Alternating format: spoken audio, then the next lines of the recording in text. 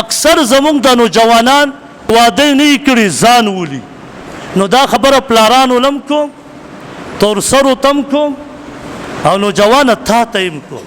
هغه خبره کوم چې کوم شریعت ویلې ده. نبی علیہ السلام فرمایي لا نکاح الا بولی، نکاح نه کېږي بغیر د ولی نه. ولی څوک دی؟ ستا پلار دی، ستا تره دی، ستا رور دی، ستا مور ده.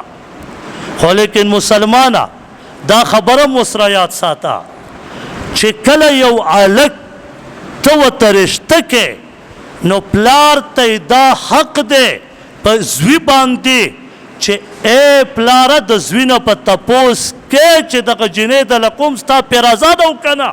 دویمه مسله د جینۍ نه به تپوس کې چې بچی پلانکي رشته راغلی ده، بچی ستا څنګه رایه ده.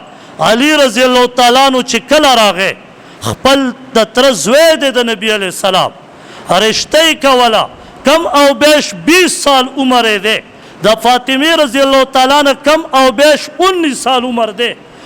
نبی علیه السلام ورته فرمایي زه د لور سره مشوره کوم. پیغمبر دننه لاړو کور ته، فاطمې رضی الله تعالی عنها ته فرمایي بچی ستا د نکاح دپاره علي رضی الله تعالی عنه راغلی دی، ستا څه رایه ده؟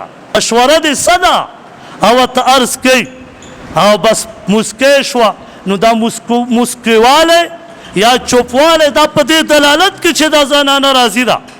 نبی علیه السلام را اوت و علي رضی الله تعالی عنه ته خوشخبري ورکړه او ورته ویې فرمل زما لور رضا ده. نن پلار څه وایي؟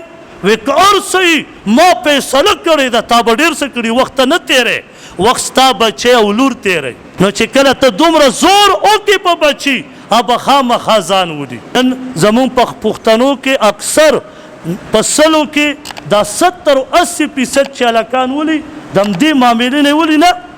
تاسو ګورئ نه، د همدې معاملې نه ځان ولي.